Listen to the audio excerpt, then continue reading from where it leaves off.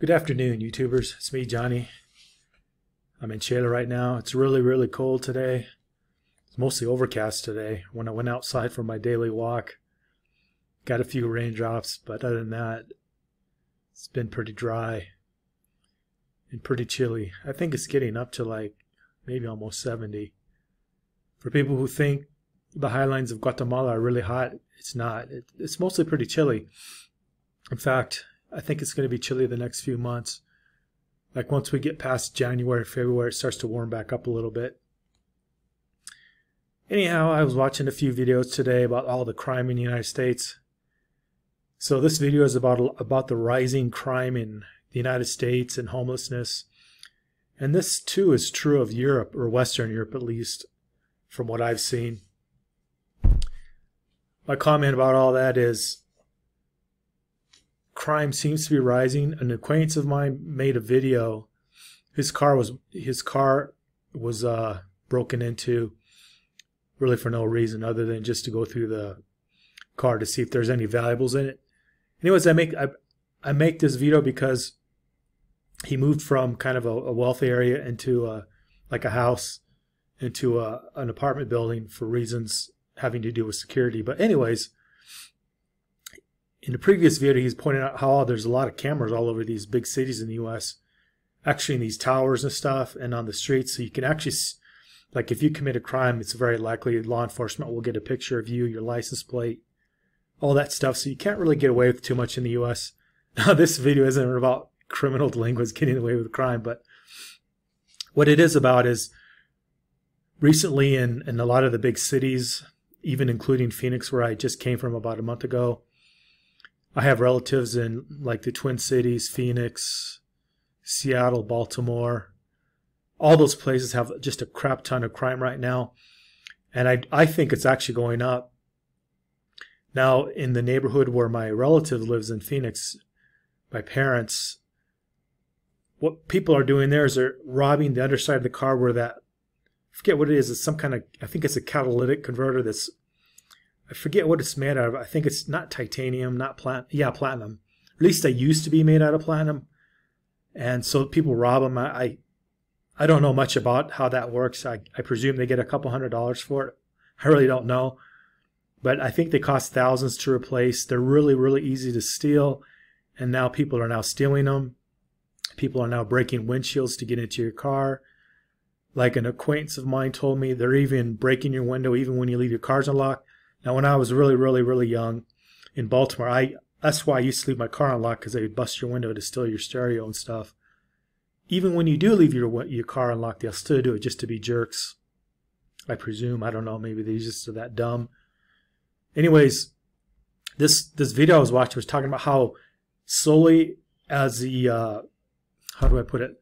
Like all the STEMI checks, all the business who got a lot of money from the government, as that money kind of rolls out of the economy or gets spent or invested or whatever. But as there's not new money coming along to replace all that, the economy's slowing down. That's actually my view.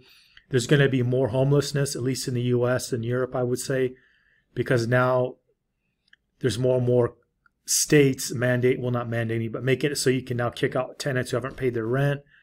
I don't think the federal government's going to do much about it. Just like the COVID thing, these things go to court.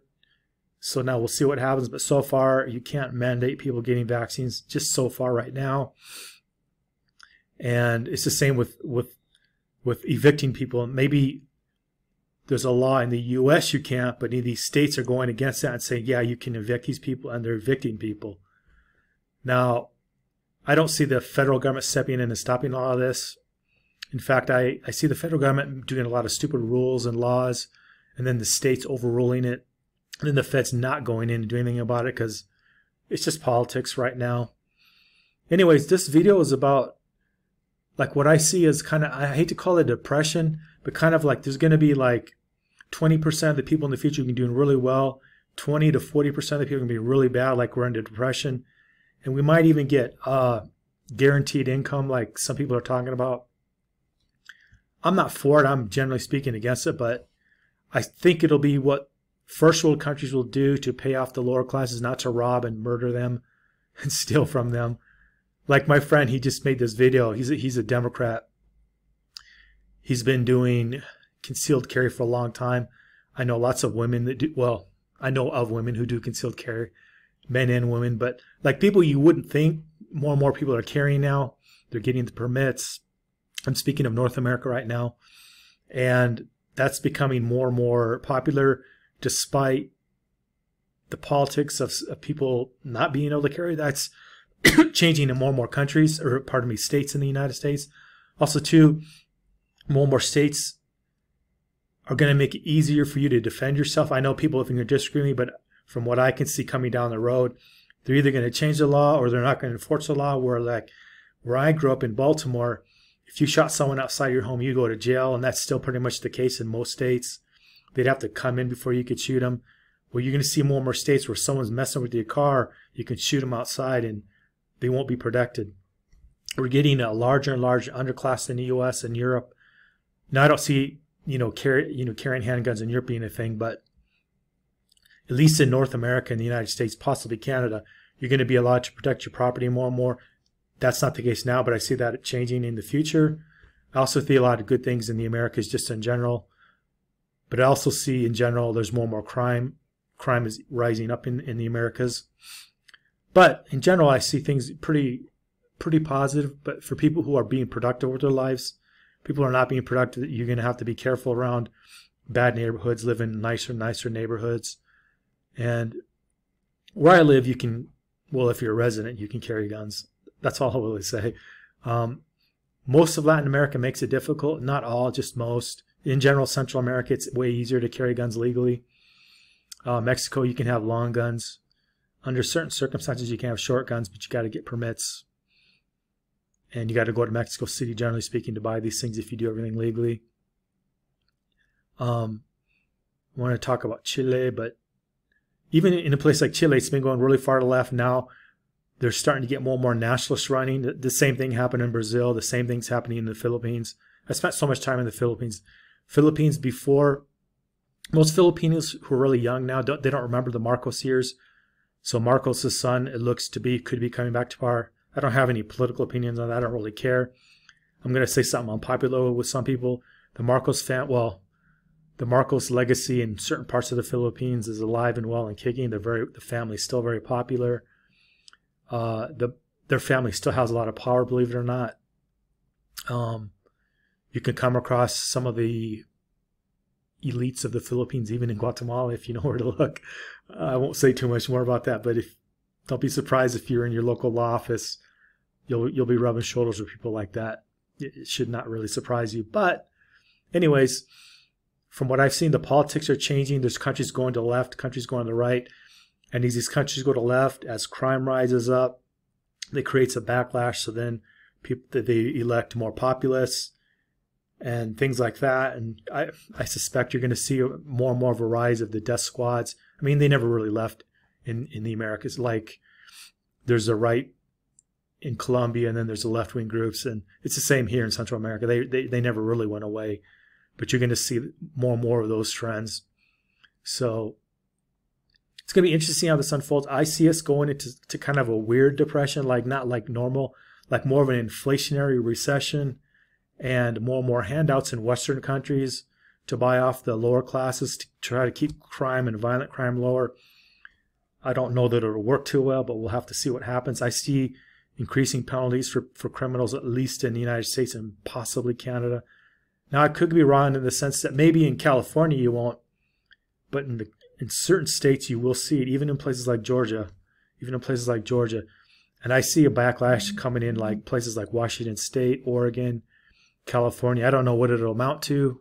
I'm not making any big prediction on that, but crime is really, really out of control in places like California. Some of the most, like, I want to say productive small business owners, they're just leaving. I mean, like I've come across a lot of them. They're leaving for other parts of the states. They're leaving for Mexico, Guatemala. Like, that trend is not going down from what I can tell. There's like a huge interest in getting residencies, trying to work on a second passport, things of that nature. And it's getting really, really more out of the secrets that are out there are not really secrets anymore. Like a good example, like St. Kitts and Nevis.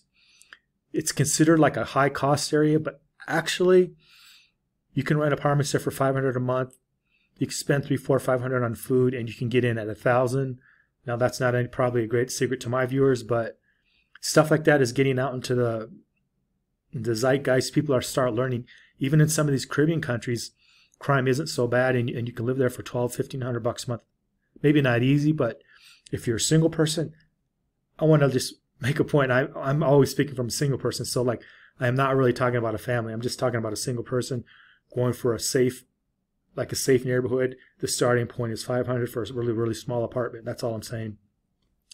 If you are like living like high off the hog, forget what I just said. You won't live there for $1,500 or $2,000. You would be scrimping in to get by probably for you. But for other people who can shop locally, get a $1,500 apartment, don't have any really bad habits, you can get by. Even in places like St. Kitts and Nevis, like Dominica is another place, but I'll lay off on the Caribbean. But anyways, even if you didn't get a passport, you can just get a resident at these places pretty easy. Another good choice would be Brazil. I won't say it's easy. If you're willing to jump through the hoops in Brazil, you can get a residence just by buying an apartment or a house. Not even an expensive one. I'm not even talking $100,000. So it depends who you listen to. Some people say 50, 60 grand. Some people say 20, 30 grand. It really depends on the person, not your lawyer, but the person processing your papers. Depending what part of Brazil you live in, all that's regional and can matter. But if you're talking like 100,000 or less, yeah, if you have an extra 100,000, you can quite easily get a residency in Brazil.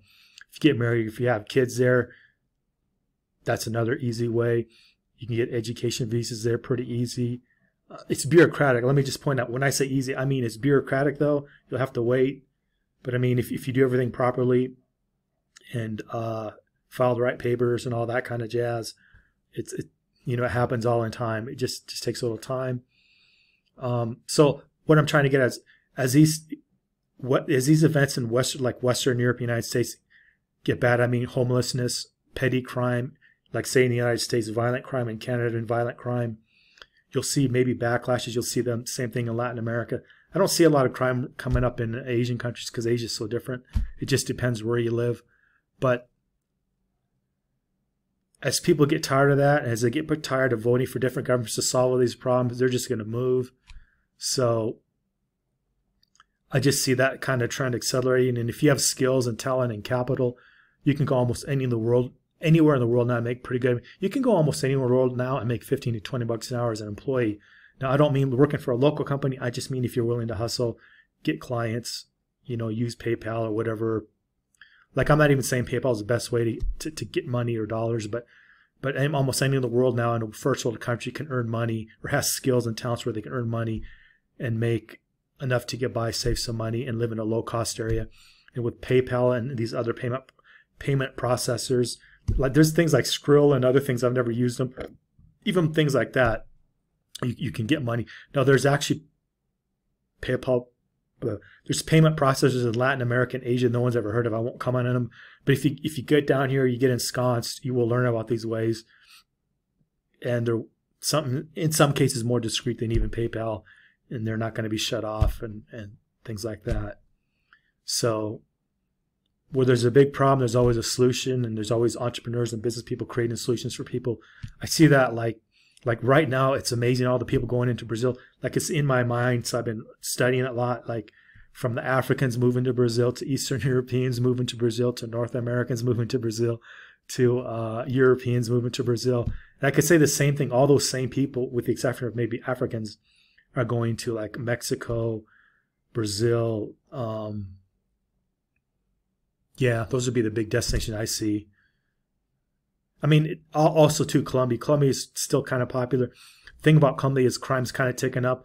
And when I say crime, I mean crime that's directed specifically at gringos and foreigners. So there's that. But usually, not always, gringos and foreigners are doing things and associating people that, in my opinion, they shouldn't really be doing business with. And that's usually why they get targeted. Not always, but usually. And also, too, it's there's now the Colombians some Colombians are really clever at singling out foreigners, and like in direct sales marketing, they're finding them, they're reeling them in, and that's just dumb luck. But if you know the red flags to look for, that really won't affect you. But if you do a lot of, I don't want to say bad habits, but if you're doing things that attract a certain type of person, right now Colombia may not be for you, because what's usually happening is people getting the drink spike. And if you get your drink spike and you get robbed, that's not the worst thing in the world. It's just the stuff they're putting in the drinks is causing overdoses. That's the problem. And then they're dying. The other thing that not too many people want to talk about, well, they're talking about it, but I would say they don't want to talk about the whys this is happening. But gringos are getting targeted like violently. Like, that's all. I'll just put it at that. Like, just for that. Like, if you're doing weird things or unusual things, I don't want to say here, you might know what I'm talking about. You're going to get singled out, and just like in Mexico, they're going to like, do something like that. And a lot of gringos don't want to admit that. They really, really think it's just crime that's like opportunistic. No, these people were singled out. Like, that's why I don't like talking about Mexico, because quite a few of the stuff, like people not getting their visas renewed, they were doing political things. Other people are doing like black market things that I wouldn't be doing, and they were told politely not to do it. They get like sometimes burned alive, things like that. But like, if you read the headline, it'll say like just one of those things that just happens. It's not one of those things that just happens. That's what's frustrating. But also why I don't really like talking about it, because people take the media. They don't take the media with a grain of salt a lot of times, but a lot of people getting kicked out of the country or not getting, not a visa, but not getting the full 180 days because they're doing political acts. That's all I'm going to say. I'm not saying they're political acts of terror, but the current administration and previous administrations get really pissed off when you get involved in Mexican politics, and they consider that an act of aggression, terrorism, call it what you will. I know that's not politically correct, but if you're coming from an NGO and you're stirring things up down in Mexico, they really will come at you hard. Guatemala and these other countries, it's less likely, but if they start really rubbing people the wrong way here in Guatemala, I could see the same things happening. And when you read these headlines and these stories, they never tell you about that these people were really stirring things up. Like in Nicaragua, it's another good example. Like, if you go down there to change things and make things better, just keep in mind the people in power look at it the opposite. They don't want you doing that. They will kick you out of the country. If you're a reporter, they'll get you out fast. They'll put you in jail for a little while if you're really making a nuisance of yourself. Like in the Philippines, I remember, like, this is like maybe 10 or 12 years ago, they took reporters, including international reporters, and they just took them out into the campo and they just buried them right out there. It's very painful. It's very sad, but people don't realize, like if you piss people off in the Philippines and Mexico, Guatemala, they will just do that. Like, but if you're not involved in politics and you're not involved in certain business things that you shouldn't really be involved in, that's just my opinion. Other business you can get involved in, no one cares. But if you're like messing up people's rice bowl, it will piss them off and they will shoot you. But the thing is, usually people give you warnings and kind of politely tell you not to do it. Like in the case of Syrians, they were told that, and then they told these people to go fuck off. As you can imagine, that just inflames the situation. And I don't think the Aussies really realize that when you escalate like that, they don't like come back and beat you up. They just take care of it. Anyways, that's enough of that. My video today is just like, I think the stimulus in many countries are wearing off. I think the growth rates of Western countries are going to decline or go down or negative. And until we get the next stimulus package or the next inflationary package, things are going to get hard. There's going to be more crime, more homelessness, and unemployment, and who knows. I presume there's going to be more stimulus and inflation in the United States and Europe, and then it'll flow through and cause another bull market and something. But I expect there's going to be more and more suffering for crime and homelessness and stuff like that. Anyways, like, share, subscribe, leave a comment. Tell me what you think.